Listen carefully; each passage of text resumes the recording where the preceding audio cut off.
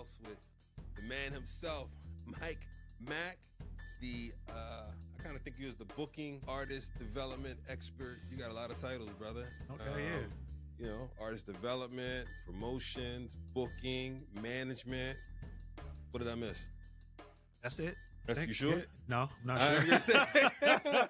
I'm not sure. I coached my daughter's 5th grade basketball team this year. There you go, coach. You know what I'm saying? That on there. Bro, did you watch the NCAA finals, the women's? Oh, yeah. Yeah. I'm not new to it. I'm true to it. I've been watching women's basketball for a few years now. My daughter, I got 2 daughters. Once my daughter took interest, she's 10. Okay. When she took interest, I was like, all right, I got to help get these ratings up. Yeah. So that when she wants to play, she can wants get to paid. play. Word. So I'll be telling everybody, tune in. With some of the drafts, I think WNBA season is going to be crazy. It's amazing. What they did this year for college basketball is extraordinary. Yeah. The women's tournament was definitely better than the men's tournament. Yeah, I agree with you. 200%. Well, man, thanks for coming down to the Holy Culture offices. I think you're the first in this room. The last person we had come through, we had to shoot in my office because this room wasn't even done. So you're the first to bless this room, bro. Yeah, let's do it. Let me say some crazy stuff. Ask me some rough questions, and we can get the room set off properly. So for those that don't know Mike Mack, how would you describe your journey through Christian hip hop? Man, my journey, I'm not even sure how I would describe it. Long and sufficient. I've learned to abase and abound, I think is what I tell people all the time. I've learned how to be happy when the milk and honey is flowing, and I've learned to be cool when I've been in a desert land in the industry. Yeah. But I'm the most proud to say that I've been in the industry for like 15 years. Yeah. And I'm not angry. That's a good one. That's a win. I'm not angry. 15 I'm years, not angry. I'm not angry. I haven't given up on the Lord. And I'm still here. I'm still standing, and I'm eating too. So. Bro, you know what? Some may hear that and feel like, man, that's a low bar. 15 years not angry, but you have to put it in perspective. That's not a low bar at all. Yeah. When you think about the number of people who've kind of come through and are no longer here, or they're kind of here, but they're internally shooting shots, or they left or are shooting shots. So to your point, man, 15 years and still like not angry. That's legit longevity. That's longevity. Yeah. And I really hope, man, we see a day where you watch what's coming up. Is it not Bruce Springsteen? Billy Joel's coming out with something. You're like, man, those are decades. Yeah. I'm looking forward to that for us. That's different. When you can perform for 2 hours, you could travel anywhere in the world. Absolutely. Where you could not have put out an album in 10 years and then do a tour and tour the whole country. Right. It's like, he may do a new song or two. Yeah, exactly. That's what they said. He may do do a new song. It'll probably be like a movie soundtrack. Right. Now, to give some people some credit, let me give some people some flowers while we're here. Kenton Jones, a couple weeks ago, when we were at the Hip Hop Hall of Fame opening, that brother came up and he was talking about how he, stepping away, he's giving up the pastorship, to his successor, and like this will be the last night in this church facility. He said, so let me do my set. My boy's set. Yeah. I mean, I forgot how many hits Kenton had. Yeah. From hit to hit to hit to hit. I mean, for 15, 20 minutes, you know what I mean? But to your point, Billy Joel, you're talking a couple hours. Yeah. Hours. Yeah. You're not at Springsteen yet, but he's dope. He's dope. Garth Brooks, certain names you just say like, they're going, Aerosmith. I'm looking for us to have those days. Yeah. Man. At least a few. Yeah. So what made you launch Elevation Conference? I know that's your baby. Yeah. Elevation Conference basically started because there was nothing really developing and geared towards artists and creatives in the New England area. Yeah. It started off more as a traditional youth convention. Yeah. For all my Pentecostal Baptists out there. It was a convention when I got a hold of it, and we just slowly started transforming it into more of a conference over the years. And then it was being done through my church. But then one day it was just like, man, this doesn't really fit into the church context in the same way that it did before. We're probably not going to break out and do the type of stuff that you do at a youth convention. Gotcha. And so we actually pulled it out of our church and made it an independent, its own organism and its own action. And what we found that the people congregated to the most, or what the biggest need was, it was for young creatives, young leaders, young pastors. And so that's just who we began targeting over that time. And just myself being so highly integrated in the Christian hip hop space, it just made sense to really lend towards and pastor those artists. Yeah. And so that's what we try to develop. And that's what we try to work towards, really, people, and I don't know, people like the word urban context, but urban context, because that's where I live. I live in the hood, and that's where I've been. Yeah. And so we want to speak to those people. And I think it's a kind of a small subset when you talk about, young African Americans in Christian, in the ministry, in music, but still urban, still have edge. A lot of people who look like I'm your neighborhood youth pastor, right? Like, I don't know that I look like that many neighborhood youth pastors across the country. Yeah. And so for the people that look like me and look like you, like, how do I speak to them? How do I develop them? And then how do I help others be able to speak to them also? So it's Yeah. not just about speaking to them directly. It's about creating other lines of communication and channels to be able to speak to them. That's good. How many years now? We think it's 8. It's kind of hard because of the Thanos snap Yeah. that happened in the middle of it, being the vid. So 3 years we lost, and in 1 year we did it. So we lost 2 years because of the pandemic, and so I kind of lost track. I don't even really pay. I actually don't really care that much to pay attention. But I think this is year 8. Gotcha. I always ask my team. That's would be dope. year 10. But I'm just proud of the fact that we're still standing. Yeah. And then again, longevity is underrated. But when we look at stuff that can really impact specifically our culture in urban Christian music, there's not a lot of events like that. Right. So there is Flavor Fest still. Mhm. Thank God. Legacy is kind of coming back. Legacy's Kingdom coming Choice. back. Yep. Kingdom Choice is there. Yep.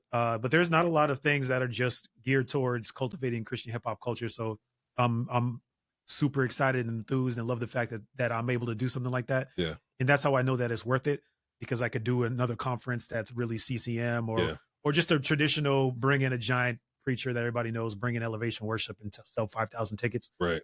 That could be done.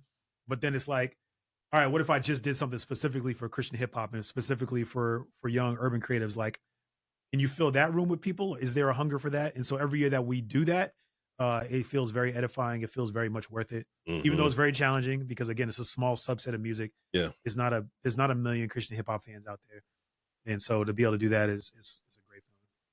I want to come back to that point about the size of the population. The one thing, man, is, I've seen you do this now. I've been there 3 times, I think, and it's done with excellence. So many people, I think, when they think about doing events and whatnot, there's the obvious things that go into it, obviously, like, the stage, the artist, the sound.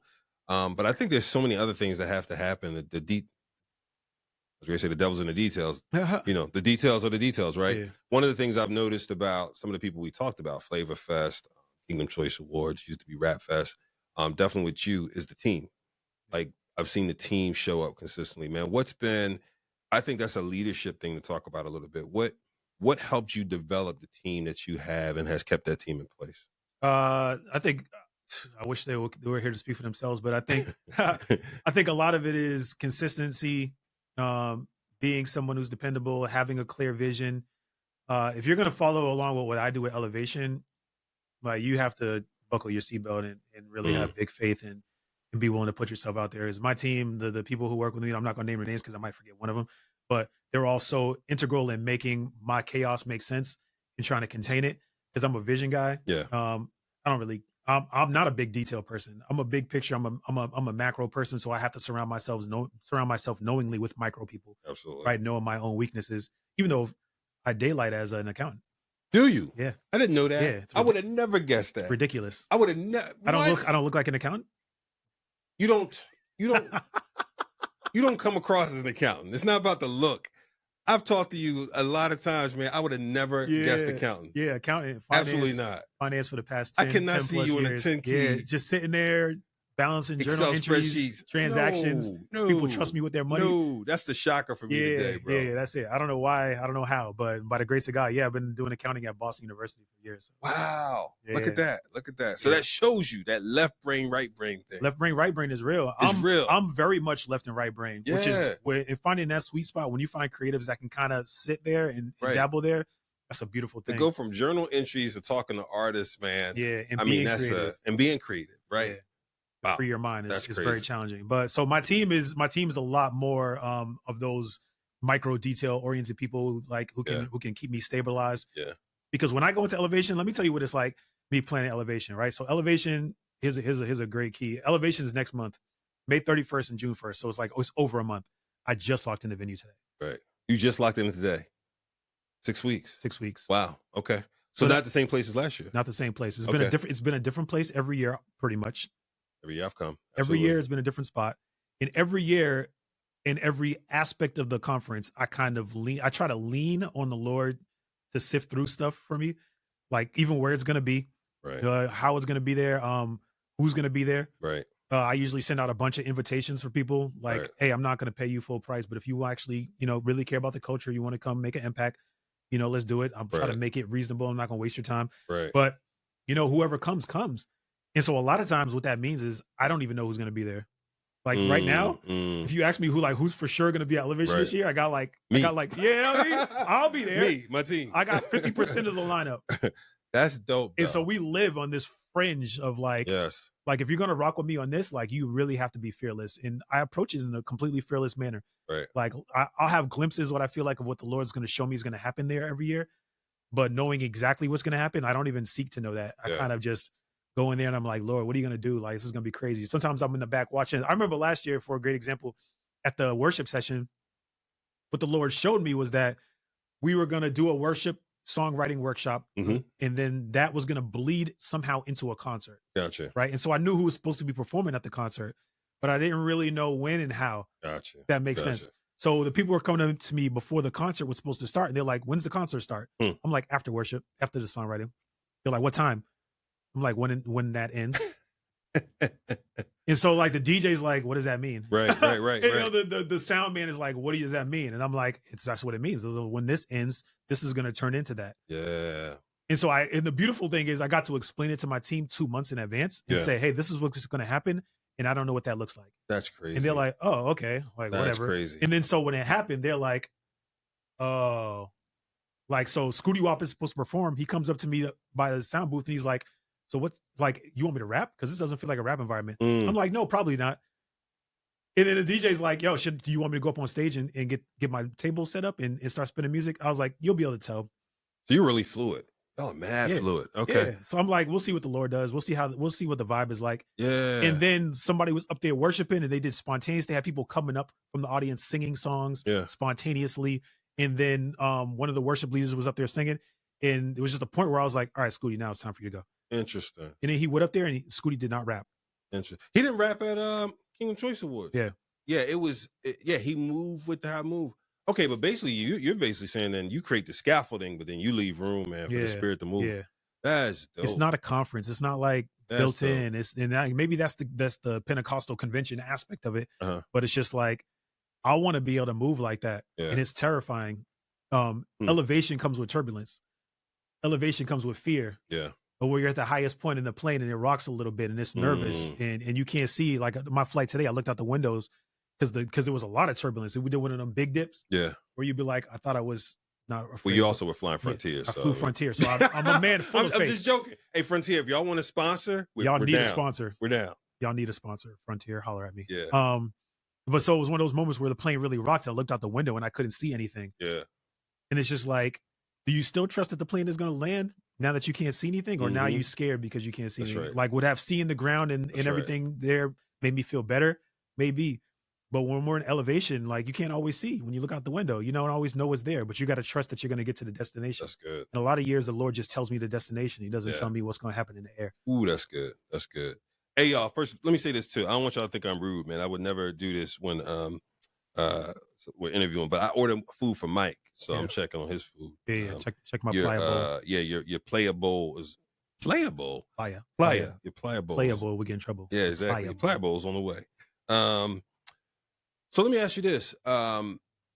Particularly now knowing that you're an accountant, when you go into this conference every year, how are you feeling in terms of just that, the investment and the return? Like, how are you thinking about that? I'm going not expecting to make any money, hoping to break even, and being willing to sacrifice it all. Hoping to break even. When do you feel like you feel assured? Is it a day or two before the conference? Is it really not until the conference is happening? When do you feel like, yeah, we'll break even? Oh, no, I don't always get that feeling. You're saying that as if that's a given. I said I'm hoping to break even. Asked that way. Yeah. Last year we did not break even. Last year, no, we took a hit last year, but last year was also, I felt like one of the most gratifying experiences ever. Right. And so it's like, I find it interesting to think about the things that we're willing to pay for. Right. And I'm like, Lord, if I was to tithe $5,000 of my company's business revenue to do this conference, could I look at it like that? Yeah. Am I willing to make a $5,000 sacrifice to make this event happen and for it to be an amazing experience, even if it's for 200 people? Right. Like, are you willing to do that? Right. Or is this the only way that you're going to do this is if you make money from it? I've never gone into Elevation thinking to make money. Most concerts that I promoted throughout my career of promoting concerts and booking shows, I didn't go in thinking I was going to make money. I was going in thinking about the purpose of the show. Of it, right? Yeah, like, do I want to put on a great event? I want to bring great shows to Boston because shows are not happening in Boston. Right. And I feel confident in saying 10, 15 years ago when we first started doing concerts weren't happening in Boston. Right. At all. And so during that time, I feel like we laid a really strong foundation for there to be events. And now a lot more shows do come to Boston. There's a lot more touring artists and acts. And I will take some credit for that. I'm willing to say, like, Absolutely. we helped build that foundation. Absolutely. I will say that a lot of events that didn't do non-secular shows and weren't doing Christian shows were willing to take a chance because they knew that I was a promoter. Right. And that there was a way to help it make money. And all of our shows made money so that they were more willing to take on more shows. There was a lot of tours that they would have said no to before that they will call me. There's artists out there who got to do shows in Boston where the venues call me and say, will this make money? Can this make money? Right. And I had to green light it before they would say yes. That's good. As well you should. I mean, you've built up the reputation in the area. Yeah. I mean, and you know the area, man. And you, even just having been with you a little bit of time, those times there, like you can see when someone knows that playground. You know what I'm saying? Your 4x4, so to speak. The interesting thing, to your point of taking credit, man, is speak to some of the artists that have blossomed since coming through an Elevation conference. Man, I think last year is a great example because, like, I had Scooty Wop and Not Clyde and Miles Minnick were all there at the same time. Mm-hmm. And I had them stay together in a residence together, and they spent the whole time building. That's good. And growing their relationship. What people don't realize about Elevation is you come to Elevation, even as an artist, the goal is for you to be touched, for you to experience something, for you to be moved. I'm asking you to perform. That's some equity, some value that you bring to the table that you should also be willing to sacrifice. Right. I don't go around telling artists that. Right. But you should be willing to offer some of that if you really care about investing into the space and into the culture. Blah blah blah. Most artists don't care about investing into the culture.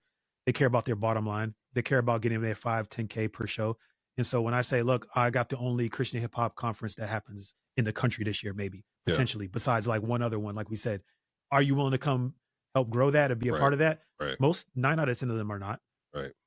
That's just the bottom line. I mean, and I don't take it. I don't feel no type of way when an artist says, look, you can't pay me enough to come out there, so I can't do it. Yeah. All right, cool. Yeah. I don't care. Maybe it might be another year when you do come, but for the most part, like, I don't care. So when somebody like Miles comes and he's having a great year last year, and I'm like, yo, can you come to Elevation and do something? Like, he came sacrificially, but he was blessed.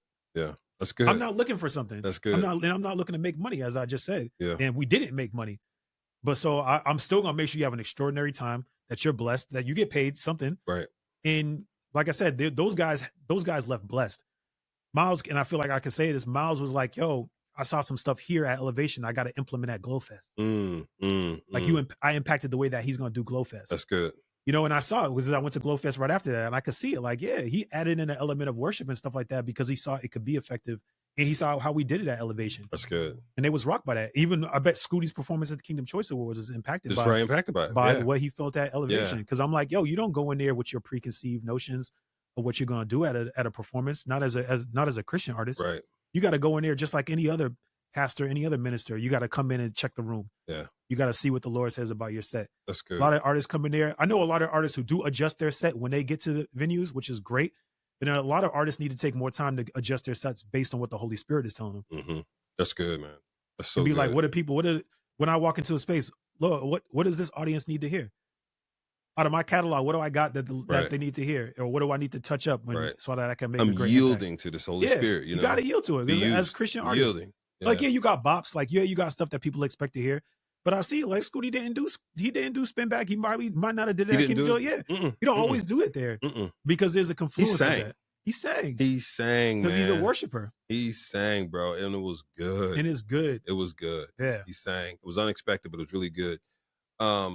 Something you said, man. You said there's not a million Christian hip hop listeners or audience. Yeah. Say more about that.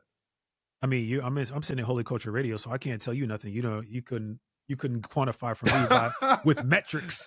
But I think if we look at the pool of audience and the pool of listeners that we have on Holy Culture Radio, and we compare it to the pool of listeners and audience that you might hear on Sway in the Morning Show or or Shady Aftermath, whatever Eminem's Yeah. channel is, and we look at the unique listeners. I'm sure there's so I'm gonna venture into deep waters because I'm talking to a radio guy and say I think that Christian radio and Christian hip hop probably has more devout return locked in listeners, and then you probably get more like unique listeners happening in a monthly time frame on one of those other stations.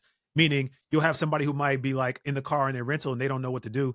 They'll turn on Shady Aftermath and just listen to it casually as a unique listener, right? Yep. What we'll find for you is probably diehard people lock in every time and will listen to that station every day, because when you're a Christian and you're locked in and you're a CHH fan, you probably don't have that really diverse catalog of different stuff that you're listening to. Yeah. Somebody like me personally, I don't listen to anything but CHH and gospel and like some CCM. So I've got 3 stations. Right. If I'm secular and I don't care and all I listen to is Drake, Drake's on every station, so it doesn't matter. Right. So there could be 20 different stations I can listen to at any given moment. Mm-hmm. I don't have 20 stations I can listen to at any given moment. That's right. I'm not listening to Drake. I don't care what's going on. Right. Right. So I don't care what's going on. I don't care what's going on. He got beef right now. If I hear his diss track, it's because somebody played it. Somebody played it. I heard his last diss track. PB played it for me. Shout out to PB, or else I wouldn't know what's going on. Right. And I wouldn't care. Right. I still barely care. Yeah. But I'm with you. For all y'all who are tapped in, I'm sorry. I know the culture. I feel so. You know what? Stop there for a second, though, man. I always feel conflicted. Like as a media guy, some days I feel like I should know, but I don't care to know. Yeah.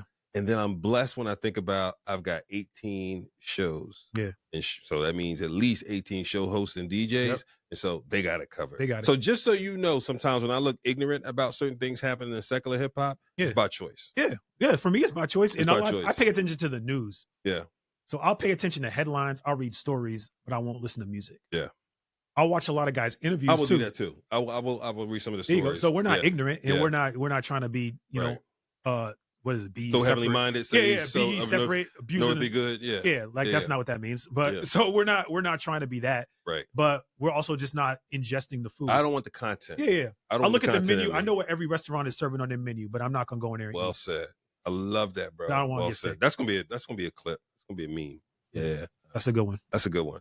Praise the Lord. Yeah, well, you know, on the data piece, it's hard to disagree with you. You know, one of the interesting things for us is, you know, probably it was 4 or 5 months after we launched, we were able to survey and see we were reaching, you know, 3 upwards of 5 million, right? And we're able to go through some of the numbers. And, you know, measuring radio numbers is hard. Yeah. Some folks still use the old diary system. Some folks we had to survey it and then bounce it back with SiriusXM. We said, but we also knew, to your point, that not all of them are diehard Christian hip hop fans. When we dig through the survey, one of the things we asked them was, how'd you find us? Yeah. To my shock, I thought it would have been the Kirk Franklin channel. Mm-hmm. I thought cats would have found out and like bounced over. Bro, the Message channel. Yeah. The Catholic channel. Yeah. Right. What's the dude who has the big church in Texas? Joel Osteen channel. And so we just had this convergence of people who were flipping across their favorite channel, bumped into us and was like, yo, what is it? And so I think if you ask them, let me stop one point. Yeah. One thing that most people don't really realize, and that has been said, I think KB said it. Mm-hmm. There's more interchangeability between CCM and Christian hip hop than there is gospel in Christian hip hop.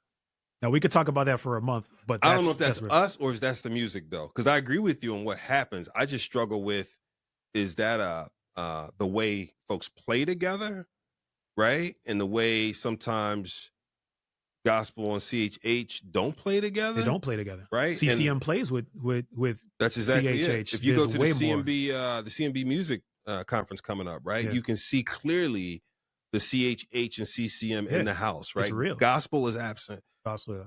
I will just say this on the record: I've made it a mission of mine to spend more time in the gospel community to help build those relationships and hopefully mend the fences, because I just do think, man, as a united front, it's almost like we're all a part of the same army. Mm-hmm. Army, Navy, hope so, right? Marines, etc. Before I want to work with people in the hip hop community too, right? And a lot of times that is, it's positive. No. This is Jesus. Yeah. It's beyond positive. Okay. Yeah.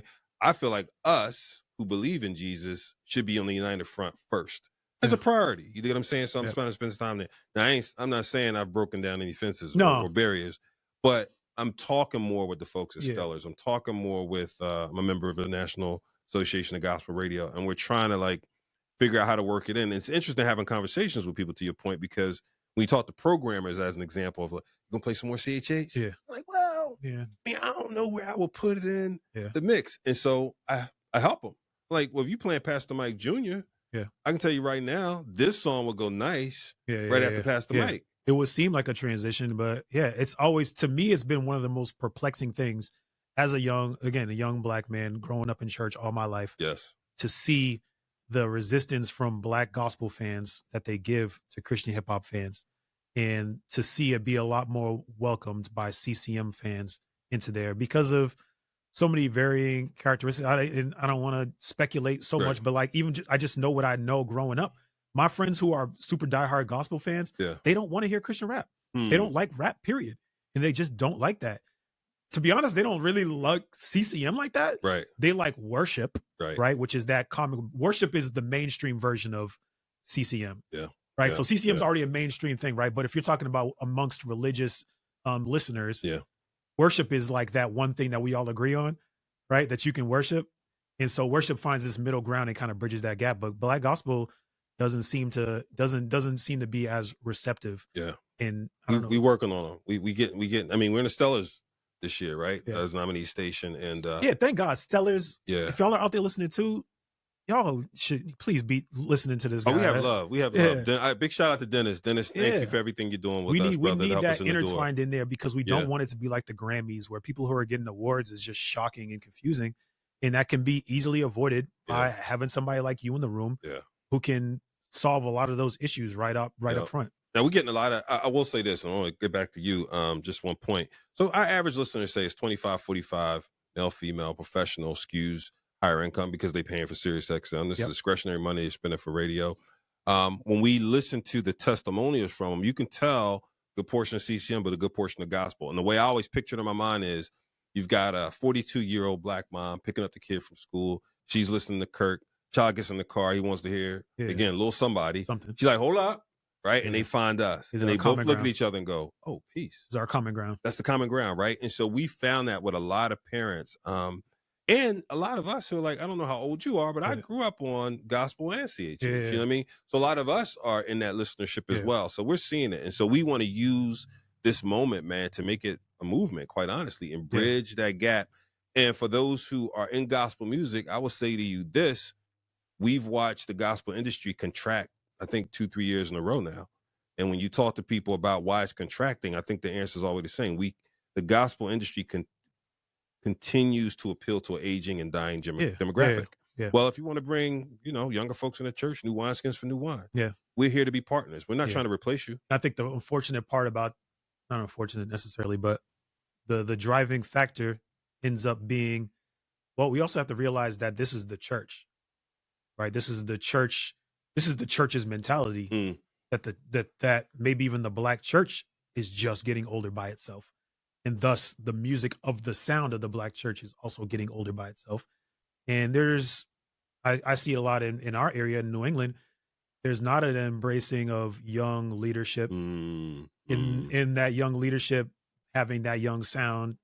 It kind of just, so Beyonce just in general. I say that as a correlation. As long as the church is here, the music and the sound that comes from it is going to be at the same place. The sound is not going to leave where the structure is, where the church body is. So like, in the CCM church might be skew younger. The Black gospel church, like my church in my community, the mom and pop church is across, New England, across Boston. I see all their leaders being 70 years old. That's good. Excellent point. They're not going to be listening to rap. And let's just say this for all of us. We're all getting older, a little longer in the tooth. We have to have succession. We have to have people that come behind us. Like, don't be the bishop that, while you're on your hospital bed, deciding who succeeds you. Right? Yeah. We all need to be planting those seeds now. It's a forced succession plan. Yeah, that's too late. I said that on Sunday. Sometimes the church's retirement plan is death. and old corporate life is like, that's a forcing function. We don't want that forcing function. You know what I mean? Plan it out. And so, and you want more life in the church. I don't think anybody argues that. Right. And so take the time to partner with us, learn it. Don't let the misunderstanding or lack of understanding of certain words and rhythms be the barrier. You know what I mean? With that, let's take a little break. So Elevation Conference this year, you add a new element to it. Talk about that. So I'm taking a crazy endeavor. and I'm trying to go further in the hole. Yeah, further. Right. My accountants. Speaking of accounting, I got 2 accountants. They're both just like, what are you doing? Yeah, what is up with this dude? Like, yeah, and then trying to figure out how to make the money make sense. Shout out to them. Shout out to Elu and Liz. I will say y'all by name. Thank you for correcting my paths. But so we're instituting something called the Elevation Project. Mm-hmm. And so the Elevation Project is a dream that I've had for probably like 5 years now. Was really unattainable at one point, but the idea is we're going to hand select 10 artists based on applications that we're going to fly from anywhere they're at in the country, fly them to Boston for a week-long artist development intensive program. So they're going to come here. They're going to come to Boston. We're going to bring in a bunch of different teachers and instructors on different coursework and material. And we're going to do what we can to have them as prepared as possible for being successful artists, not just successful Christian artists, but being holistically successful artists. So we're going to talk pub, we're going to talk radio, we're going to talk accounting, finance, marketing, social media strategies, what it's like to be a Christian in the market, what are some of the roadblocks and the challenges that we face, and what are some of the stupid discussions that we have as Christian artists that we don't really need to be having about like what's a Christian artist and what are you allowed to do. You're flying them in. We're actually going to fly them in. So it's basically an all expense paid trip. We're not taking you to Lobster every night, but we're going to help you with your meals, but lodging, flight, some meals, and then the coursework. Yeah. And, we're going to throw some other cool activities and stuff in there too, because I like to have a good time. Nice. But so, yeah, for at least 10 artists, hopefully, and we're trying to have it skew younger, hopefully not older than 30. But if we have exceptions that are, can't be ignored, then we'll do that too. But we ran that for about 3 weeks. We got 100 or so applicants. Wow. Probably half of them did the application properly. And then we lost a chunk of them who didn't want to pay for a registration. And so that narrowed it down pretty well for us. So I think we got our 10. We're going to start announcing them. And then we're going to do more about announcing like who the instructors are going to be, That's who are dope. Some of the people that are going to be on the panels. If you applied, you had to kind of trust me and my stance in the market and my reputation. Right. And you didn't have too much to go off of, so I understand if you didn't want to give it a shot. All you had to do is do a little research. Yeah, ask about me. Yeah. And then you'll know. Yeah. But they'll see after we do this and we record everything and show people, they're going to be like, dang, all I had to do was $75. And I can tell you up front right now, we're probably going to spend $3,500 to $5,000 on each student that makes it into the program. I was doing the math in my head. And so, yeah. Just the flights and the lodging. I mean, already, right? Unless you got them, bunk beds in the back of the event facility. I mean, we don't. We got them in a nice spot. We got some cool spaces we're going to use, some cool restaurants and experiences we're going to do. And then I'm bringing in speakers, so I'm paying for all the speakers to come. All the speakers are going to come in and be involved in the program. So it's going to be a really unique experience. I don't think anybody's done this before. Yeah, that I know of. Especially in our space, is artist development at a high level. This in our space. Yeah, and then in the secular space, they don't really do it either. Yeah, I've not heard this. There's not too many things to compare it to. Right. But I think it's going to be amazing. I hope it to be game changing. I hope at least to impact at least half the students come out being really prepared for market, and maybe a few of them will break. Yeah. You already said you're going to be involved in a special way that we're still not telling anybody. That's right. Holy Coach is going to be involved. Rapzilla's involved. Track Same thing. Do your research. Ask the people who won last year what Holy Coach did for them. Yeah. Just reach out. I mean, and that brings us to the plug, because the plug is going to happen again this year, May 31st at Elevation Conference. There you go. And the plug has broken multiple artists over the years. People don't realize, like, just from attending the plug, 50 people probably played records last year, which is crazy, right? We had 50 artists show up to Boston to play their records for us. And the panel was dope. You didn't even tell me who was going to be on the panel with me on the plug. It was myself, Aaron, and what's the name from BT? Cam. I mean, it was a dope panel, man. It was good. Yeah, we had PB's in the building. Yeah, PB, yep. Ray Rock was in the building. Ray Rock was helping us host. Yep. And so we got all these artists who come in and they play their records for a whole room full of other artists. Yes. So then you start building relationships with other artists. Yes. To not take the time to get their song played for you is idiotic. Like, I don't know why you would not want to do that. Like, if I was an artist, I'm flying wherever you're at and I'm trying to get my music played for you.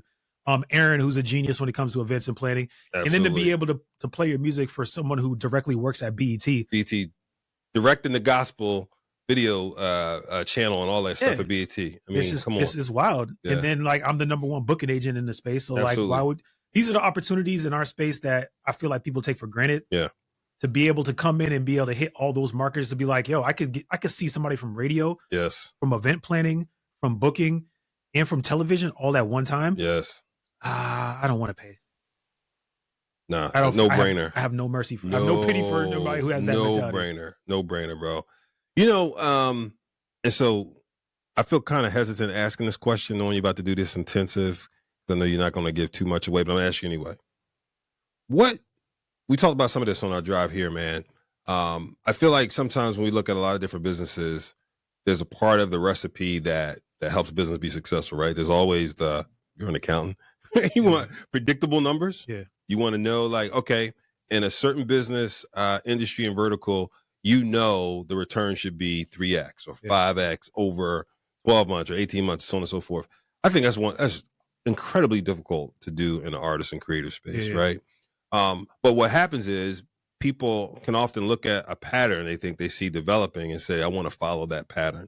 To that point, are there any patterns that you say, you know what, there is some credence to this one, that one, or this one? Like, are there any things that you're seeing right now that you say, yeah, that's worth following a little bit, that's worth dabbling into, or not really? As far as marketing strategies and stuff? Just developing as an artist, take any artist that's been, pitching around for a while, and whether it's chasing the 6-week Spotify algorithm or whether it's spray and pray, excuse me. What do you see that you go, yeah, I think those people doing those things are onto something? Oh yeah, hard workers. Yeah. Well, yeah. I think 9 out of 10 times they're hard workers. Yeah. And they have thick skin. They're willing to put their money up. Yeah. And really grind for a long period of time. I think once you have those formulas and you do that for 10 years, if you do that for 10 years and you're grinding and you're consistent with your content, your creation, and you're continuing to develop as an artist, and you're willing to put money up for certain things, if you're not having success after that, probably I would wager maybe your music is just not good. We got all right, bro. Hold on. You just said a couple things that I think we just got to back up on real quick, bro. I hate to make it sound so matter of fact. We're not skimming over this. Listen, we're gonna dig in. First of all, you said 10 years. You know how many people probably passing out just thinking about 10 years? Do you think hard worker? Who's the name that comes to mind? 3 names when you say hard worker, and not at the KB Lecrae level. Let's go next level. Hard worker. I don't want to insult somebody by saying they're not at the KB Lecrae. Okay, I'm sorry. I'll say not on. Let me say it this way: not on national tour right now. Yeah, not on national tour. I don't know how to. I'm gonna have trouble just differentiating that. But I'll say a random name that I'll throw out. I'll say No Big Deal. Incredibly hard worker. Wande. Work ethic is amazing, and then the business acumen to go with it. Yeah. I think whatever it is that she decided to do, she would have been successful. There's certain people like that. Yeah, hard worker. Like Dilly's just a super hard worker. He's locked in. He's always creating, always on socials. Derek Minor. Derek's absolutely. Derek during COVID probably made more money than everybody else. Like when everybody else started making less money, he started making more money. I'm trying to tell you, Derek did some incredible things to me. Yeah. Publishing, what he did on the publishing side, even just recently taking all those people to Universal, getting pub deals for artists who never sat in a pub room before. Yeah. Probably didn't know what publishing was before he called them. Yeah. Like opening those doors. Like I think that's incredible. And then on the other side, even just like the business side, I want to say Doc Watson, grinding incredibly hard. Miles. Yeah. Miles lives on Miles. I can't get Miles out my feed. I have to block Miles if I don't want Miles out my feed, because Miles is always on there and he's always engaging. He's working. He's working the algorithm. Yeah. Like there's people who are just working and they will have success whether you like their music or not, but they're just working so hard. It's like unavoidable. I say for me, I'm a hard worker that became unavoidable. Yeah. I got all my business connections from going across the country, flying to every show that I could and showing up and helping and building, showing up to people's shows, helping them with their shows. That's how I got cool with Doc and Derek.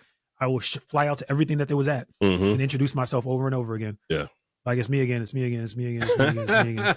And they did a show at South by Southwest. I showed up. I was like, what can I do? Yeah. They're like, you do shows? Yeah, I do shows. Okay, can you help with the production? By the end of the show, I was running the stage. Like, that's work. That's good. That's not nobody. Good. That's not me in the DMs. That's not me. That's good. Just expecting somebody to give me a handout. I don't have no respect for people who expect handouts because I didn't expect. So you spent your own money. Yeah, that's why I said 10 years in the game. I said to get successful as an artist. Yeah, I'm 15 to 20, and I'm just now making good money. Or like I'm cool now. Where it all makes sense. But 15 years in the game of grinding to get to there, to get to that point. Do you think it's still sometimes this phenomena of we think people pop up overnight when in all reality they've been working for a minute? Part of the misconception is part of the industry's marketing method is to make sure that if you're like an artist, you're single, even if you're married, portray yourself as single. So everybody can be a sex symbol and everybody can get both genders to appeal to their music. And then to make you look young is always, these are, people don't realize that these are tactics of the industry. Right. Like people in the movies who are playing high school students, they be 40. Right. Right. You know Exactly. I mean? It's because of makeup and a hat, bro. Like I'm 40. Like, I got my hat backwards. I took 5 years off my life because my hat's backwards. Exactly. But you know what I mean? So people in the industry who are thinking that there's overnight success, you're looking at Kendrick looks like a young dude.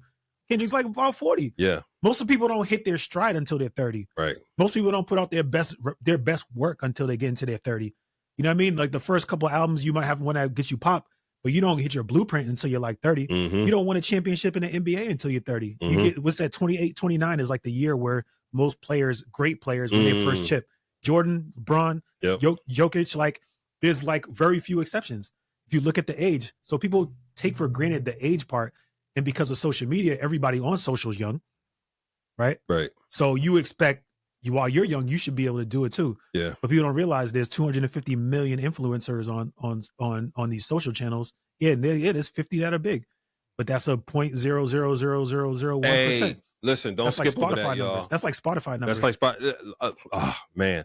It's like playing Pop Warner ball back in the day when you were in the neighborhood, right? And everyone played on the Pop Warner team. Exactly. And some of us got to play in high school, very few to college. And if you knew someone who went at the NFL, that was a neighborhood victory. Yeah. Okay. Exactly. And I think you have to think about the same thing with influencers. Just because there's low barriers to entries, please research the numbers. If you just search how many people are successful influencers, you'll pull up some charts and it will show you, clearly. Yeah. And how you think those people work? Like the dude Kai, like I don't even follow him like that, but I'm pretty sure he just like stream 24 hours a day for an extensive period of time. Absolutely. And you do 2 videos on IG a week and you feel like you're supposed to blow. Anybody I've seen talk about it says it's minimal 4 videos a day. Minimal. Yeah, most people are not built for that. Minimal. Most people don't want to edit 4 videos a day. Minimal. Yeah. Yeah. That's just not real life. And then people just think that, I'm going to drop one and it's going to go viral. They drop one and it doesn't go viral and they get discouraged. Right. No, you got to be willing. If you're not willing to invest in whatever it is that your dream is, like I said, for 10 years without seeing fruit, right? Do it for 10 years to be able to get this stuff to start working. If you're not willing to do that, then you're not really hungry. You're not hungry. Or at least you're not hungry for that. You got a dream. It's just a dream. Yeah, you're not hungry for that. That's good, man. What's one for the artists that are watching, man? What's one common mistake that if they fixed it could make just a magnitude of difference? I'll stick to touring because I'm in booking. And we kind of touched on it a little bit earlier in our conversation. But I think selling out to the church shows for too long is detrimental to a lot of artists in our space because it doesn't allow them to create true fans and have a real core audience and draw in hard ticket value, hard ticket draws where a certain amount of people will come to you anywhere and be able to sell a certain amount of tickets. For me personally, in my city, I know what my hard ticket draw is. I know if I do an event, I can get 75 people to come out. Right. Me. Right. Like, it don't matter who I'm booking. Just you. I can get 75 people. So I know my hard ticket number. Most people don't know their hard ticket number. And you're like, if you think you should be charging $5 to $10K per show, but you go to Wisconsin, don't nobody know you. Right. But you still charge $10K to go to Wisconsin. So how often does someone call you and say, hey, man, I've been doing this. I've got some singles. Shoot, I dropped an album. Mike, get me booked up. All the time. And what's your response usually? No. Why? Because it's unrealistic. What makes it unrealistic? So I'll have artists that haven't put out music in 5 years pop up and say, yo, I'm about to get back into it. How can I get some more shows? What makes you say it's unrealistic though? What do you look at and you say, these my first question is when you're thinking about booking and even like your price points and all that stuff and doing shows or when should I tour? The answer is always the same. Who's checking for you? Who looking for you? Right. Who cares that you ain't did an album in 5 years? Right. When you say you're doing a show, go prove yourself. Prove it to yourself. So I'm gonna play the artist. Say, I've got 5,000 monthly Spotify listeners. Yep. They're across these 6 cities. I know those cities. It's Houston, Dallas, it's LA, it's Atlanta, it's Nashville. Okay. But so I'm gonna challenge you to do this. Go to any one of those 5 cities where you have your highest amount of monthly listeners every month and do a show and see how many people show up for your show. Why did you rattle off those cities? Because those are the top 5 cities.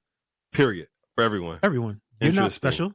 Oh my God! Did y'all hear that? It's not you. Woo. It's not you. You hurt someone right now. Is that match what y'all see? For the most part, yeah, of course. For the most part, it's more him than it is you. Yeah. If you listen to one of our spots, if you're a dedicated Culture Radio listener, you'll hear one of those promo spots say a number of cities: Houston, Dallas, this, that, and that. Holy Culture Radio's in. We picked those because those are the largest spots. That's where the product is. Yeah. So the 4 P's of business was product, price, place, promotion, and promotion. So your music being popping in those cities, if you're a Christian hip hop artist, it probably doesn't have anything to do with you. It's just that's where people are listening to the music, and that's where the highest concentration of those fans are. Yeah.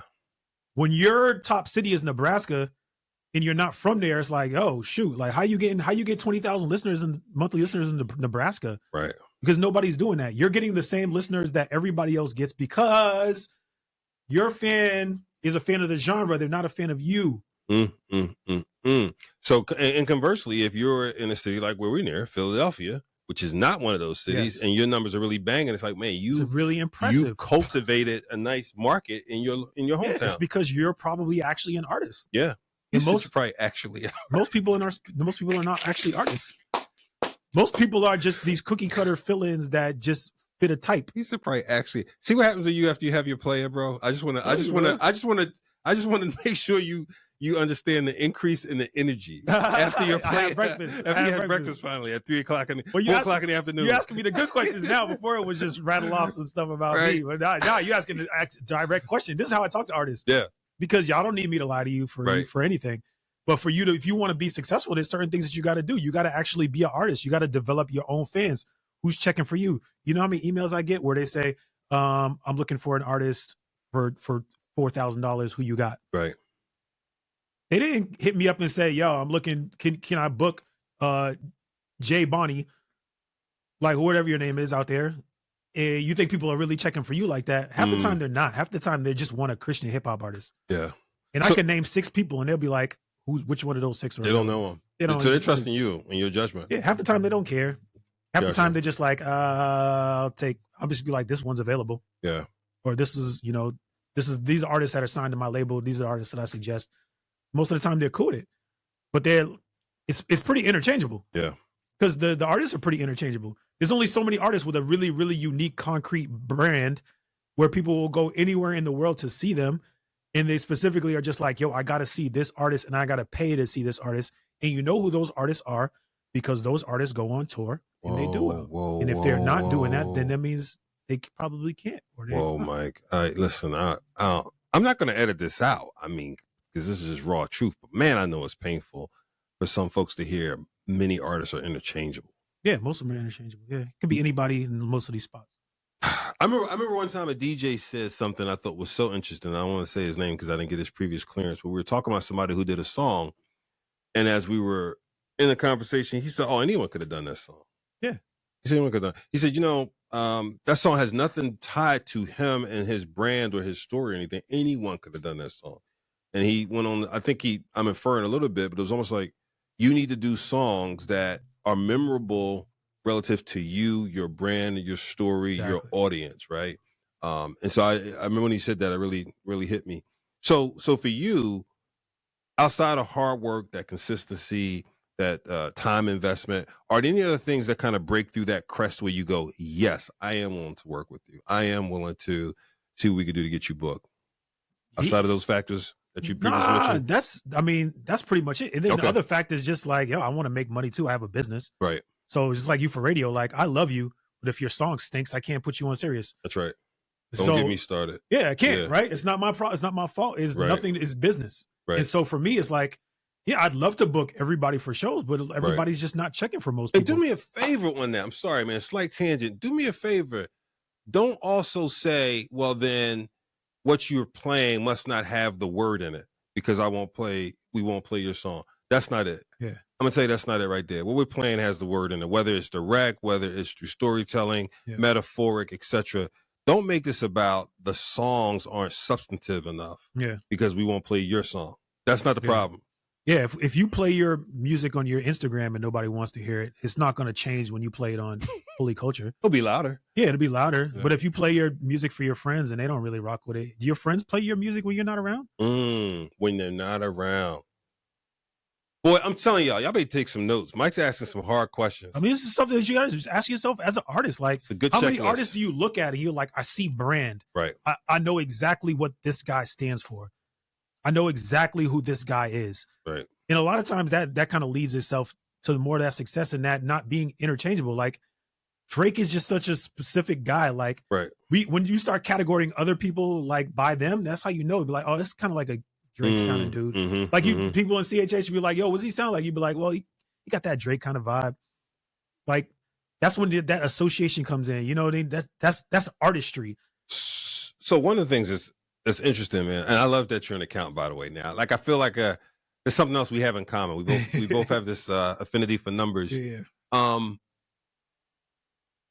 We all want to read our own press, right, and feel good. I think it's just part of the human condition, psyche. We want affirmation from other people, so we can get 5 people to tell us our joint's hot. We feel good, right? It could be your mama, your cousin, your sibling, your child, whoever. But for real, if you were telling, anything we do, any of us who are professionals or anything, we check our work before we turn it in. Right? You do your reconciliation, you double check it, you make sure it all adds up. I do something for radio, I'm doing my programming, I'm looking at my media-based reports, looking at other audience indicators, looking at digital radio stuff, right? How would you tell an artist to check their homework?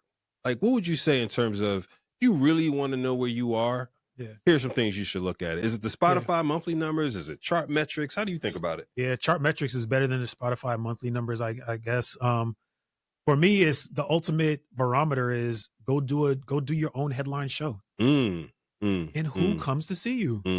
In your hometown? Your hometown, and go, like I said, even if you want to cheat, it's cheating. Your hometown, you can't do a live show at your hometown and sell it out.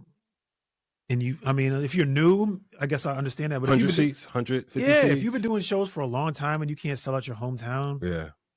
How big was spot? I just love numbers. Okay, yeah, let's do 100. I mean, just because I don't want to make anybody cry, but like 100 should be easy. A layup. That should be a layup. Yeah, that should be a layup in your city. And I'm like, if you've been doing music for 5 years, let's give some type of milestone. Like you've been doing music for 5 years for real. You got a couple of projects, you got an album and then 2 EPs and 3 singles.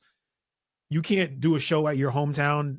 You need to reevaluate things. Do people still build up hometown bases though? I'm asking this genuinely. They need to be. They should be. Is it still they important? Have to be. It should be important, right? That's what I'm saying. And that's why I say it's part of the checklist. Like you should be able to do hometown shows. All the artists out there, I encourage every single artist out there to have a consistent hometown show. Like I feel that way, but when I say it, I feel like I'm old school. But I grew up in that era of, man, you start with your block rolls with you, you extend out to the neighborhood, you extend out of your zip code, and you like almost concentric circles. You keep widening that, right? Social media has kind of helped blur that. Yeah. But you should be able to do that. But it's counter to building a good business as an artist, right? Exactly. Yeah. It is. Because it's widespread. Like you want to have a concentrated base where like I can always do this here. I can have great success. Yeah. And again, that's before social media, but there was a lot of great artists who built their foundation. That's why we had the coasts. We had West Coast Sound. We had Houston Sound. Absolutely. We had Down South Sound. Yep. Because those guys own their market. Yeah. And that allowed them to do all the other stuff because they owned their market, and that gave them a sound in a unique position. Yep. I think Caleb's a good example of that. Caleb Gordon's a good example of that because he was killing the idea of being Floridian. Right. That was a huge part of his foundation. Yeah. And so he built a firm foundation on that and then expanded and is doing more stuff all over the place. Right. But that's a good foundation. And that's something that doing that as a young artist, that doesn't really happen that much anymore. Yeah. But if you're the only rapper in Wisconsin, again, bro, you own Wisconsin. Right. Own it. Why not own Wisconsin? Own it. I owned Boston for like 10 years. Yeah. Before I stopped doing shows. Like I was like, dudes was just, if I wasn't doing shows, they weren't happening. And certain people seem like that. What's his name? The down south shorty or something like that. You know what I'm talking about? No. I can't think of his name, bro. Sorry, shorty. When I see his videos, it looks like it's the whole neighborhood. Now, whether he's making it look like that or not, it always feels that way. Yeah. There's a couple people who, when they come up, then there's other people when they come up, you feel a strong social presence, but you don't feel a strong community presence. Yeah, it's tough to build like that really strong social presence that really has a strong brand. It ties tied to it. And that's the key to, again, that's the key to that success. That's the key to artistry. Right. But then your social, physical presence should be supplementing that. You should have both. Why not have both? We're just in, I think it's an anxious world where people just don't go outside. Yeah. First of all, it is an anxious world. Yeah, people ain't really is. going outside. But again, if you want to be an artist, you should be able to sell out a hometown show. Every artist that ever goes on tour, the most excited tour spot is always their hometown. That's good. Even Hovey, they always talk about the Wick. Right. I didn't know where the Wick was. Right. it's somewhere in Georgia too, right? He explained it to me. I still don't understand. It's like Georgia, but not really. But but he always talking about it. I know. Like, if somebody ever to say there's something from the Wick, I'll be like, oh my boy, right? He from the Wick. He does you say what that. I mean? Like, people represent their area and build off of that. I bet if he goes to the Wick and does whatever, it goes crazy. I agree. That's how it should be. I agree. But that's a metric. Who's on your roster now? Look at my phone. No. You should know who they are. No, I'm just playing. Go ahead. No, go ahead. Hey, man. I'm going to play this back. We're going to keep looping this back, too. He don't remember y'all. He don't love y'all. That's crazy. It's crazy because, like, I have the artists that are signed to invite only. Yeah. But then me personally, the reason why I feel like I'm actually an asset to the space is because I will book a show for anybody at any time if I can. Okay. I'll book shows for every random artist that I can find. So meaning, even when you get that phone call, if they're not on your roster and you think it's a good fit, it doesn't work for anybody else. Yeah. I booked Bats a show last year Gotcha. because geographically I knew he was close to where the show was. Yep. And based on the amount of money they couldn't do travel.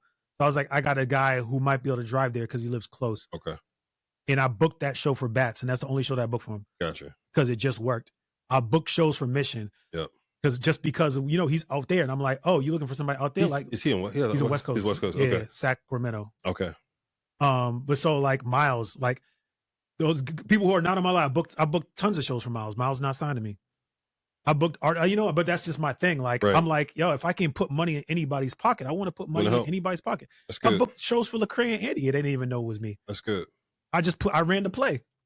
Sounds like there's some commissions due. No, right.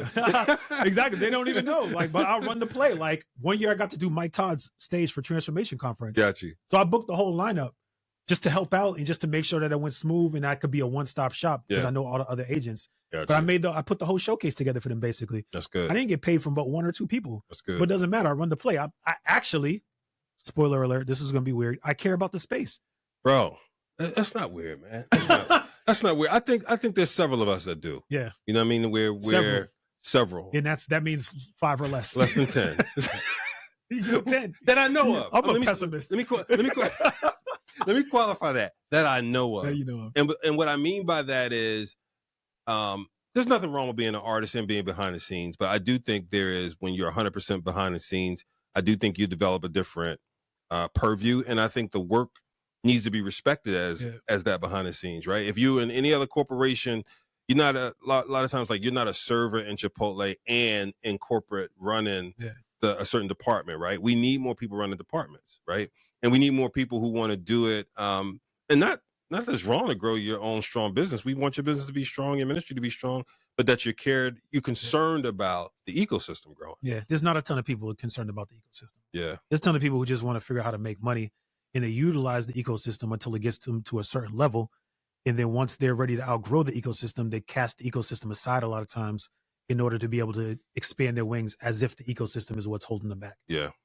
Let me ask you this. You've been in this, man, almost as long as I have. So I know I've got a couple thoughts on this. Let's say we walked into a room of investors, and let's say the investment potential in that room was, man, for the most part, limitless. And they said, Mike Trigg, tell us, we got 2 questions for you. Tell us how much money you need from us, and just tell us a little bit about what you would do with it. What would you say? That's kind of how I came up with the idea for the Elevation Project. So really? I have a pre-planned answer. Gotcha. Yeah. So somebody convicted me one time, and they came to me and they said, all right, if we just funded whatever your next vision was, and it didn't matter how much you needed, what would you do? And my answer was, I would go across the country, find the best young artists that I feel like had the most potential, bring them all together, and then do everything I could to train them to reach their potential. And I'll bring in all the best speakers I possibly could. Yep. I'll bring in as many personalities, as many influencers as I could into that room, and give them as much information and training and build as much community and connections as possible, so that when they left the room, they would be on a fast track trajectory towards success. Yeah. And so when they told me that, when he asked me that, I said, that's the Elevation Project. Mm. And then I felt convicted because in essence, that meant that the only thing stopping me from doing it was me trying to figure out how to pay for it.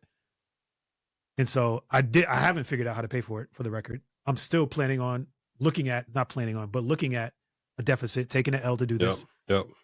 But I don't care about money. I care about the kingdom. I care about God's work. I care about what he uniquely gave me the gifts, abilities, connections to be able to do.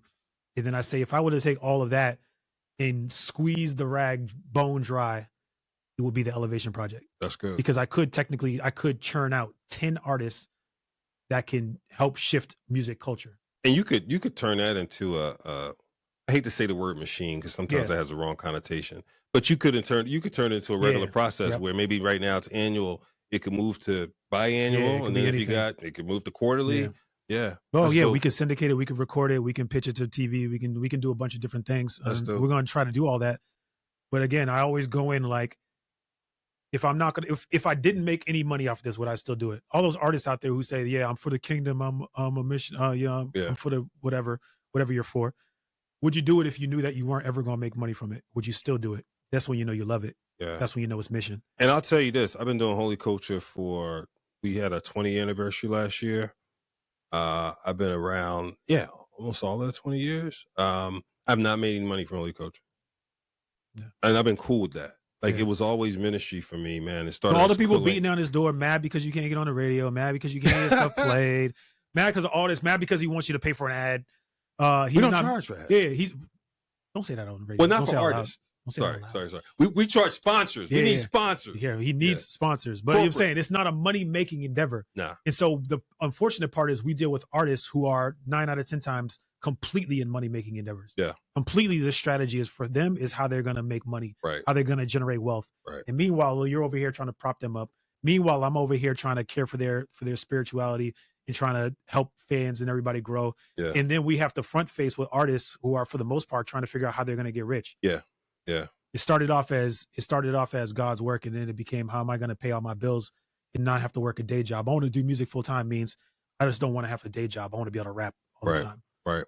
And I struggle with that, man. I mean, I'll be the first one to tell you, like, I prayed for a long time, for years, maybe before I left the corporate space, to do this full time and asking the Lord to provide a way. Lord, if you're calling me to it, help provide a way for me to do it. You know what I mean? And the Lord provided a way for us to do it. And so, but yeah, I mean, I walked away from a corporate life and could have continued to move up in the C-suite and do other things. But it's like, nah, this is where my heart is. This is where my purpose is. This is where my calling is as a part of God's, purpose, kingdom work. You got to have purpose. You got to know, like, if we're really Christians, right?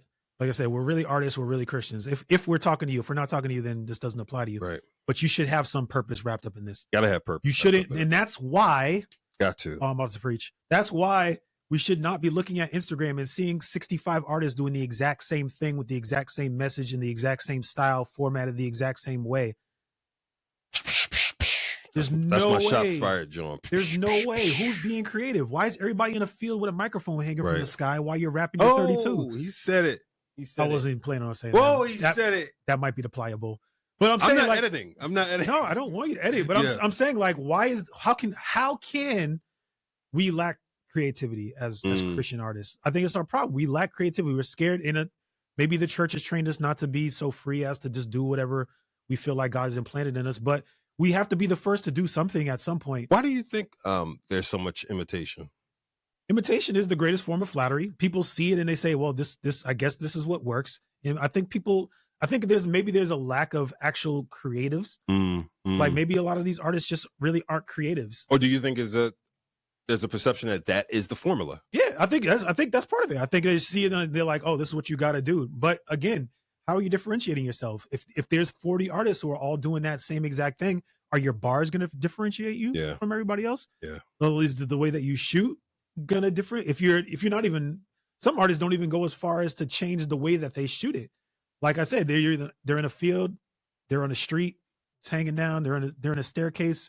Those are like the three, you know what I mean? And it is like, I've seen this, and there's a few other people who might do their snippets in a different fashion, but it's like everybody's kind of got the same formula. And as long as you're chasing what the formula is and what's been done and what you feel like has been successful, as long as you're chasing that, you'll never be ahead of it. Yeah. So the ones that get ahead are the ones who do it first and have great success, and it's new and it's cool and it's unique. Those are the ones that explode. Yeah. You're never going to explode being the copycat. Yeah. You're always going to be that dude that's kind of like Uzi Vert, or that dude that reminds me of Chance, or like I want to be a Tori Kelly type artist. Like people are always saying that type of stuff. Like I can't tell you how many times I've heard, I want to be like a Tori Kelly and kind of do both.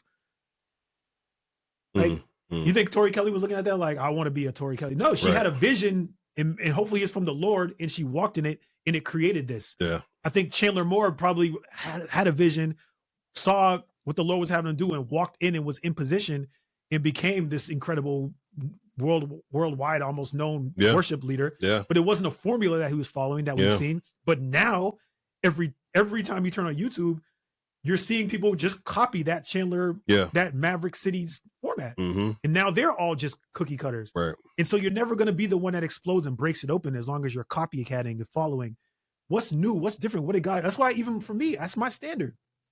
With Elevation, I'm like, yo, nobody's doing this, so that's why I'm doing it. Yeah. I'm not trying to do what everybody else has done. Yeah. I am a creative. I'm actually a creative. So I'm actually doing different stuff.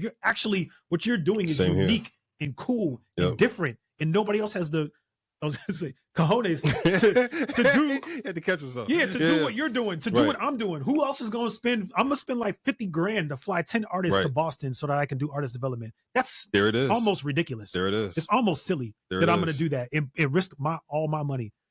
But that's what creatives do. We got a burning desire to do something different. I have a burning desire to change the world. Yep. I don't have a burning desire to look at anybody else and say, oh, I should do that. Oh, I want to recreate passion. Yeah. Oh, I want to recreate all this other stuff. There's a lot of people who just wake up and say, man, that's amazing. I want to do that too. That's good. I don't say that. No, I don't say that. 200%. There's a lot of y'all artists wake up in the morning, y'all see somebody else in your grid and you say, oh, I want to do that. Oh, I can do that too. Nah, don't do that. What you got? What did God give you? What's your unique plan? What's your unique purpose? What did God give you? What did he give you? God gives a vision to a person, not a committee. And so I would just challenge you to like go into your prayer closet, your prayer rug, whatever it is, and ask God to like for real unfold it. Like it's the Great Commission, not the Great Suggestion. We all must go ye therefore baptizing in the name of the Father, Son, and Holy Spirit, right? Where are your arms in that work? Yeah. You know what I mean? And ask for real, because from a spiritual sense, the Lord has something for you. Yeah. We got unique fingerprints, unique gifts and talents. Put the work, you know what I'm saying? And then from a business sense, if the spiritual doesn't get you, just think about it from a business sense. There's a thing called blue ocean strategy. I'm sure you're familiar with it, right? Either you can swim where the sharks are and that water's already red and you think you're going to be a better shark, or you can go out somewhere where no one is. Yeah. Right? Wayne Gretzky would say it's not about where the puck is, it's where the puck's going. Yeah. Right? So same thing, like you spending money, we spending money, right? But we think it's part of, we know, and God has told us it's a part of the mission. You know what I'm saying? And you got to go. I remember people said when I thought about doing radio, why don't you just do some Spotify playlists? Yeah. That's not even almost the same. I couldn't even, you know what I mean? It was like, what? Why don't you, Chick, why are you trying to do that? Just do some Spotify playlists, bro, and blow them up. Yeah. Nah, we trying to touch millions. Yeah. God has called us to touch millions. Yep. Yeah. That's what I get all the time. Every year, Elevation. Man, why don't you? Man, and then the best part is when people try to tell you to follow a model and then that model dies. Like I've been told to copy like other conferences, and those conferences don't exist and mine still does. Yeah. That's good. That's amazing. It's good learning, right? Yeah. And you get to walk by and just like, nah. Yeah, I ain't doing that. That's not ain't it. Doing that. Nope. Ain't doing that. All right, man. As we wrap up, you done dropped so many gems. I was going to ask you to drop one final gem. It's hard for me to do that. I mean, you've talked about the hard work, differentiation, the 10 years. Don't think you can tour when you're not ready. Any last thing you want to close with, brother? Yeah, I just think, I mean, again, just as an industry, just as Christian creatives, and even specifically in the Christian hip hop market, we got to go back to being different. We got to go back to being creative. Yeah, we got to start taking a little bit more risk. I encourage all the artists out there, do hard ticket shows. Figure out how to do hard ticket shows. Do you think everybody understands what hard ticket means? Just break it down for a second. So hard ticket shows means somebody got to pay to come see you, and it's your liability is on you. I go to Boston, I rent a venue, I put on my own show. I say, come buy tickets and come attend. It's very different from me just going to a church and they already have a youth night and I say, can I bring an artist to you? That's a zero liability situation. I'm talking full liability.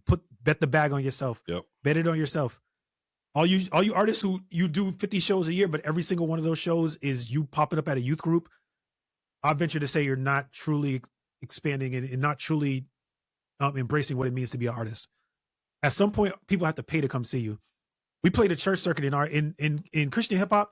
The unfortunate blessing is you can have a song that goes crazy on holy culture, and you could get booked at churches all across the country just because of that. Mm-hmm. That's cool.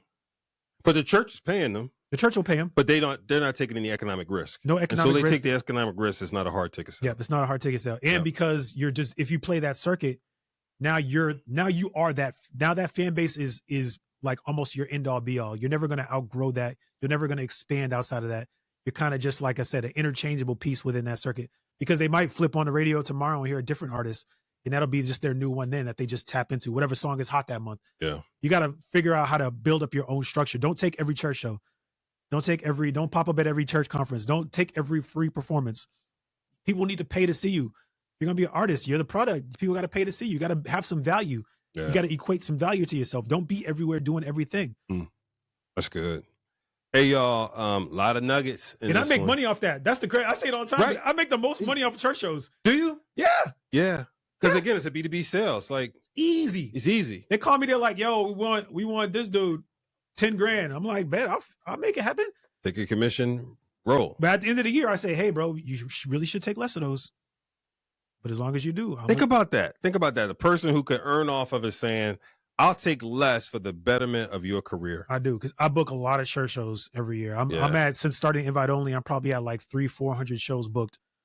And it's just not a strategy that you can use throughout the entirety of your career. Right. Like we said, Billy Joel's, you got to pay to see Billy Joel. Yeah. Billy Joel not going to be on no free nothing. You think Billy Joel walking anywhere and let you see him for free? You're crazy. Right. You got to pay to see 50. Right. You got to pay to see Drake. Why in our industry, you don't got to pay to see nobody? And just so y'all understand, again, Mike is booking, you're booking Wande. Sorry, Derek Minor, John Keefe, Cannon, Wande, Portia Love, Not Clyde, done a lot for Miles Minnick, No Big Deal. I booked mad indie tribe shows. I think every indie tribe show that's happened, I probably booked it. Yeah, bro, it's just like the list goes on. Like I said, I have booked Lecrae, Andy, KB. I have booked, almost every. I've booked, doing book for Marty, Social Club. Yeah, bro. Like, I'm touching the whole industry as far as that goes. Right. But again, I know what's really a template that can cause expansion, and what's a template that will keep you kind of in a space. Yeah. And it's cool if you want to play the church circuit, you'll be fine. But you can cannibalize yourself. You can be fine, yeah, but you'll cannibalize yourself. Yeah. That's good. All right, y'all. Until next time, you know what it is. Holy Culture. Thank you, brother.